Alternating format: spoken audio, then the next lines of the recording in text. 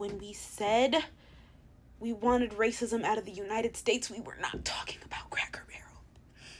I just saw Kev on stage video talking about the new logo. What is that? What do you mean the restaurants don't look like a shack? Oh! If I don't walk in there and feel like somebody's about to call me a slur, I'm not in the right place. I'm not in the right place. That's the only place in all of America I want to feel like that. You can change everywhere else. Leave Cracker Barrel alone. I honestly never thought I would be making this video. Yes, you read the title correctly. Cracker Barrel decided now would be the perfect time to go through a bit of a transformation. A rebrand, if you will. When a brand decides to change its image, it can go really well, like when Burberry decided to make Emma Watson the face of their newest campaign, or it can go how it went down with Cracker Barrel. But before I get into Cracker Barrel, let me just say the Emma Watson campaign went really well, like so good to the point where Burberry back in the 90s used to be popping. All right, follow me here. It used to be all the rage, died down. Then when they brought in Emma Watson, the girl from Harry Potter, all the influencers that I love watching, they started wearing Burberry. So a rebrand can do wonders to resurrect a brand that has seemingly died down over the ages. Case in point, Cracker Barrel, that is not what happened. Cracker Barrel, who gave you the authority to change up on us at a time like this? If you were wondering the same thing, good thing you clicked on my video because I have the answer for you. Back in 2023, they called themselves changing CEOs. They changed CEOs to this woman named Julie Fells. Julie used to be the president of the International North American Group of Taco Bell. She was also president of Fisher-Price and Mattel. You know, the children's toy company that make the little kid strollers and toys that make all the noise that drive parents a little bit crazy. Anywho, once Cracker Barrel acquired her, she showed up like some rare Pokemon ready to stand on business. She noticed that the annual revenue has been way down in the toilet ever since COVID happened. Sales just haven't been the same, so she thought now would be the perfect time to launch a rebrand. Also, I think part of her intent was to maybe try and distance Cracker Barrel from its previous issues in the past, issues dealing with racial allegations where there were customers in Tennessee who claimed that Cracker Barrel would not serve them on the basis of them being African American. Not only that, but there were a slew of protests that were happening at one point because Cracker Barrel was laying off a ton of LGBTQ plus employees. So yeah, they have kind of a connotation attached to them. Not only that, but a vibe when you enter the restaurant. So yeah, Cracker Barrel has had a troubled past. I had no clue about the majority of this until I started researching this topic. So like I was saying, she wanted to take a more modern, approachable approach to the brand. Anyways, I bet you're dying to see what they decided to do with the restaurant, so I'll show you. Look at this. Saw on the internet, dude said he ate in a remodeled Cracker Barrel and he hated it. And I want to join in on the hate.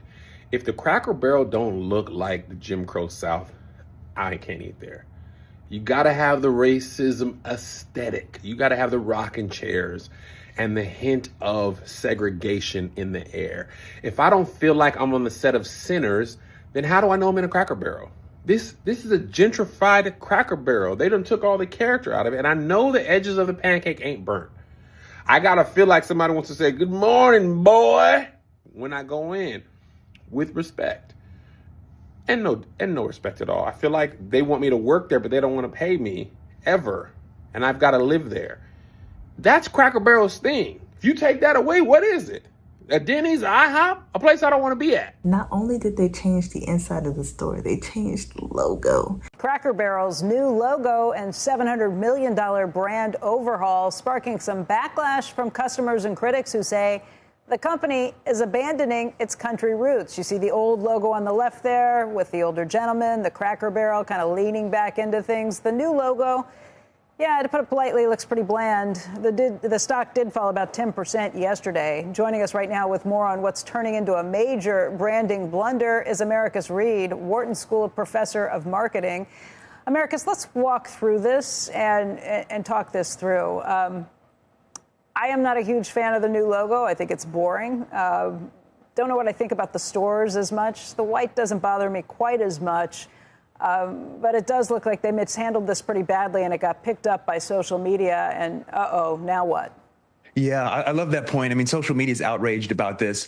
I mean, you can take a look at the new logo and you can determine quickly that it's an attempt to simplify, which is a trend that's going on right now. In other words, a minimalization of what you're doing and a modernization to make things a little bit less cluttered. Now, of course, let me just give you quickly sort of rebrand or logo change 101 marketing.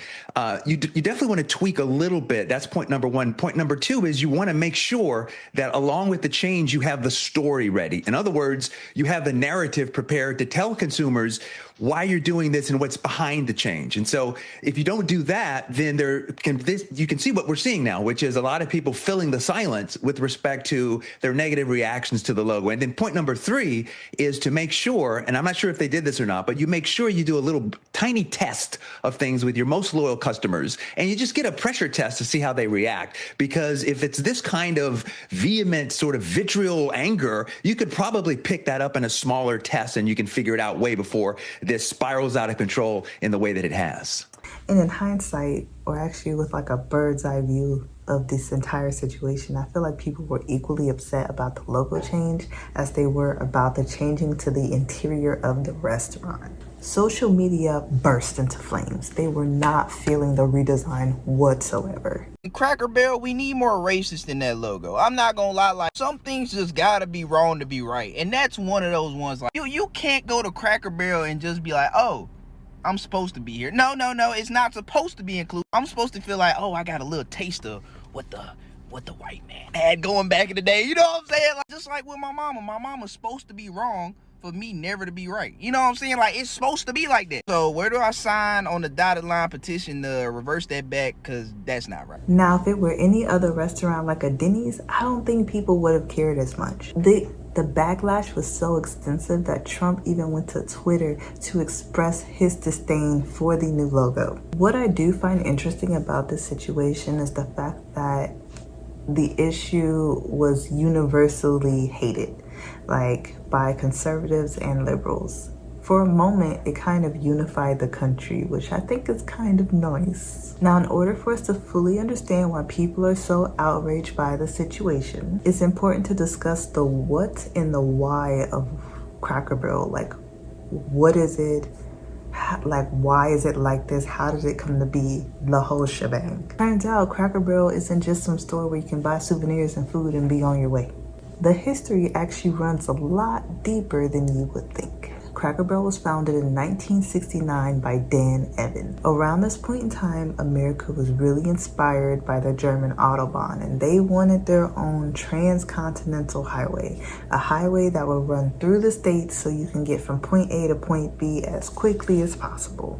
Because of this highway, people no longer traveled to little side roads in towns like they used to, bringing in the necessary foot traffic to keep these establishments in business. It's pretty much the plot to the Cars movies, you know, the ones by Disney? Good job! So to provide travelers with that same nostalgia and comforting feeling of going to these general stores, Cracker Barrel was born. Inspired by the design of old-fashioned general stores where people socialize around empty Cracker Barrels used as tables, Cracker Barrel was born.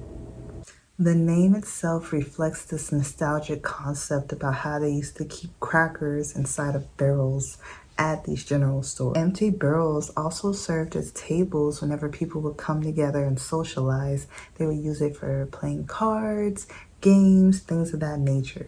It would allow these people to embody this sense of comfort and community. If you really think about it, Cracker Barrel is one of the last examples of this time period in America. Not only is there like this deep-seated history with Cracker Barrel in America, through my research I also learned that people hold a near and dear place for the establishment in their hearts. There was this one couple who kept a catalog of like pictures. Whenever they would have a major life event, they would go to Cracker Barrel. So they went there for their wedding, for their first and second baby. It was just incredible to see that through all of this, they could count on Cracker Barrel for being this one pillar in all the craziness that was unchanging, unwavering, a constant, if you will. I just think these are some things companies should keep into account before they try a major brand overhaul. Shockingly enough, after the rebrand, the company saw a nosedive in terms of revenue. They lost over $100 million just because they tried to fix something that wasn't broken. Some might argue that the rebrand cost them more than the business lost during COVID. In lieu of all this, not soon after the rebrand was announced, days following it, they retracted that statement and decided that they would not move forward with the rebrand. Everyone was happy with this decision, especially President Donald Trump, who released this video on Twitter. Due to copyright, I'll be doing my own interpretation of the song. It's fun to stay at the recreational facility. It's fun to stay at the recreational facility. At the rec center.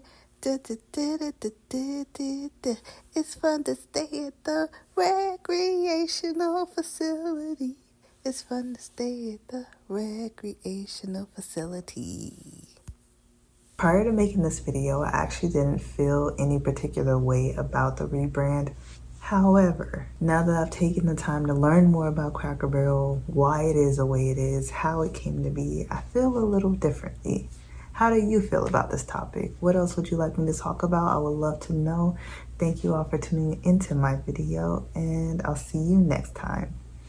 Ha ha ha. If you stayed to this part of the video, then you stayed to see my story time, because I have a story time about Cracker Barrel. Cracker Barrel was actually one of the first few restaurants that I went to with Dan when we first started dating. On date 2, we went snowboarding, and on the way back home, we needed food. And that was like the only thing in this little town, this little snowboarding town. So we went there, and it was cool, I guess, until we stepped inside.